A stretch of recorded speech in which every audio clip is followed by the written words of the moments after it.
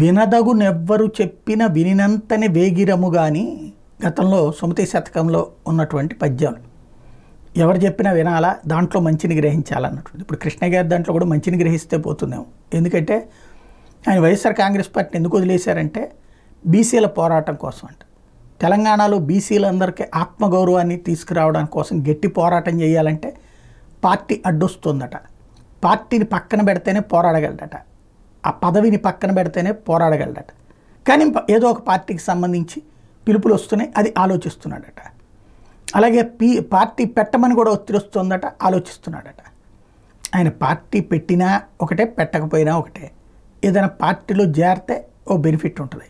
సమస్యల్లా ఏంటంటే ఇచ్చినటువంటి పదవికి తగినటువంటి న్యాయం చేకూర్చారా, విలువ తెచ్చారా, వన్నె తెచ్చారా? ఇప్పుడు అనేక మంది బీసీల పోరాట ఫలితంగా ముందున్నటువంటి కృష్ణయ్యకి ఈ అరుదైన అవకాశం వచ్చింది. తెలంగాణ వాడైనా ఆంధ్రప్రదేశ్లో అవకాశం ఇచ్చారు, ఆంధ్ర రాజ్యసభలో అవకాశం ఇచ్చారు. వినియోగించుకుని చివరికి దాన్ని వేరే వాళ్ళకి ఇచ్చేసుకోవడం కోసం అమ్ముకున్నారు అని తెలుగుదేశం, అదే వైఎస్ఆర్ కాంగ్రెస్ పార్టీ అంటుంది.